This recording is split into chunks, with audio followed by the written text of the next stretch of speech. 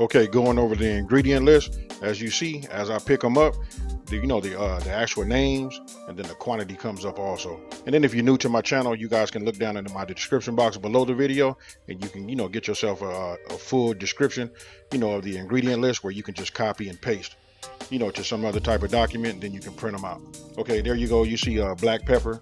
I just put that there to taste because you just want to season it, and I'm gonna show you guys an example. And then listen, this right here do either 2 to 4 salmon steaks.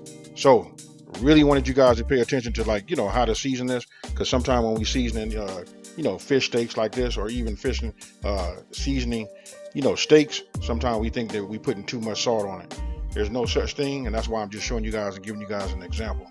And this right here, I'm going ahead and just cracking some black pepper over the top of it. And again, I just want you guys just to get an example so you'll know, and don't be afraid to season your fish. Then all you want to do is you want to flip it over, and then what you want to do is we just repeat. Very, very simple. And again, I know a lot of us, including myself, stayed away from salmon steaks forever. But listen, hey, once you start making them, you're just gonna laugh, and you probably won't buy regular steaks anymore. All right, there it is again, just another example of just how much salt you can put on there. Now listen, after we flip them over, and what you're seeing right here is, I'm just seasoning them. This is just a repeat and giving you an example. You want to go ahead and start. If you're using a cast iron skillet, because it takes a minute for it to heat up, go ahead and just start warming that up. You want to use a medium-high heat. And then we're going to use extra virgin olive oil. You know what? We're going to put about 2 tablespoons of extra virgin olive oil in there. And once that becomes hot, you'll see it starts to ripple a little bit. Then go ahead and just start adding your butter. You know what? You just want to work it back and forth. You don't want it to burn. You want to, be fast with it. You see it's not turning brown, but now is the time to get it in there. And listen, I'm using an induction top. And so listen, the heating element is in the middle. That's why I got them so close, if you guys want to know that. So I got them, right on top of the heat, in the center of the pan, so that they can go ahead and, cook evenly. Now, what I'm doing is, listen, you want to go about 5 minutes on each side on a medium-high heat.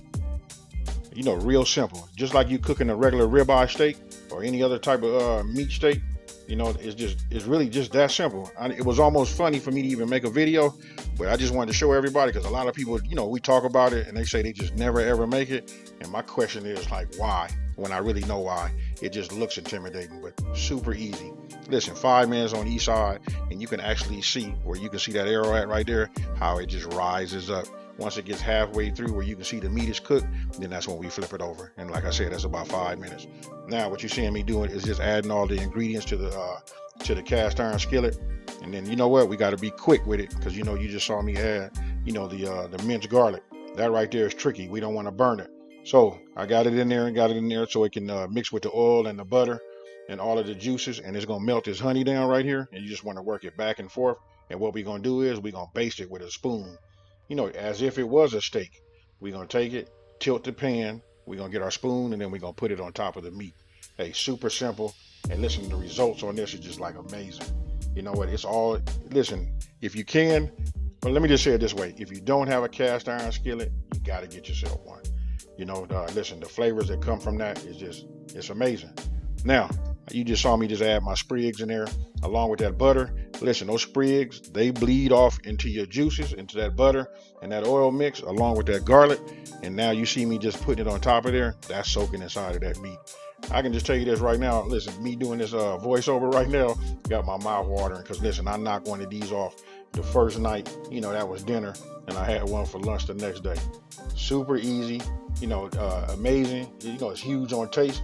And listen, for you guys out there on that keto, this the recipe for you right here. So along with that fried cabbage that I did, hey, here's another one for you folks. And there you have it. We got salmon steaks.